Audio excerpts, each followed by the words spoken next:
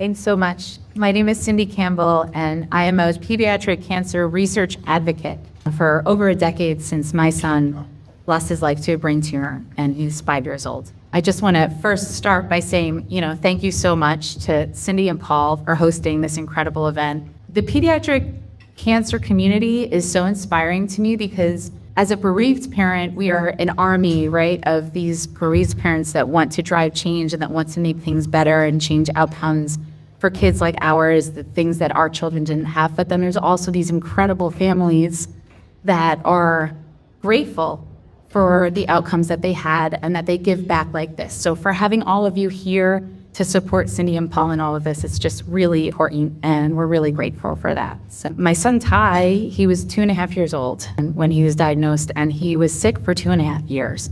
I think about that a lot because he spent half of his life feeling horrible.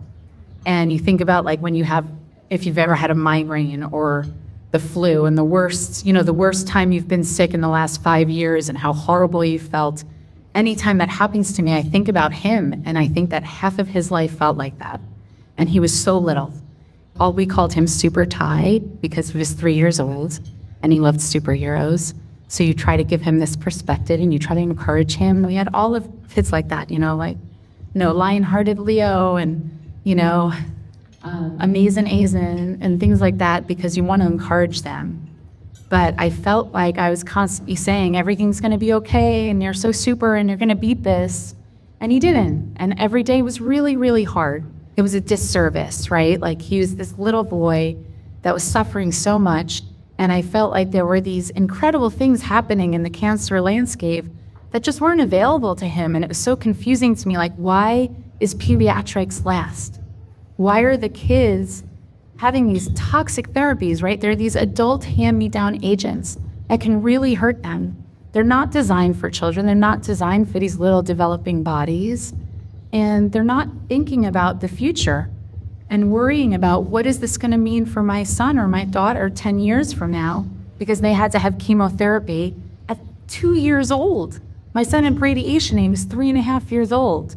So we need to change that.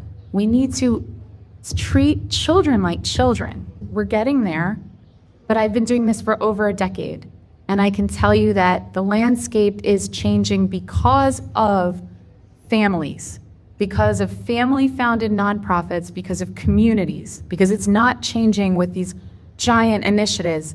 Pharmaceutical companies do not fund pediatric cancer because there is zero profit in small, rare diseases, that you can't make a drug for a cancer that affects 500 kids and make a profit. There is no funding coming from these regular streams that support all of these other larger cancer research initiatives that drive change faster. So every one of you today is helping accelerate change for the kids.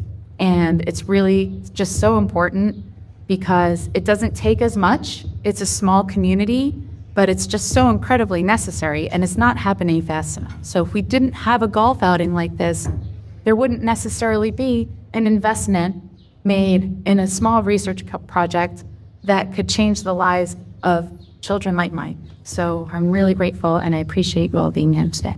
Thank you.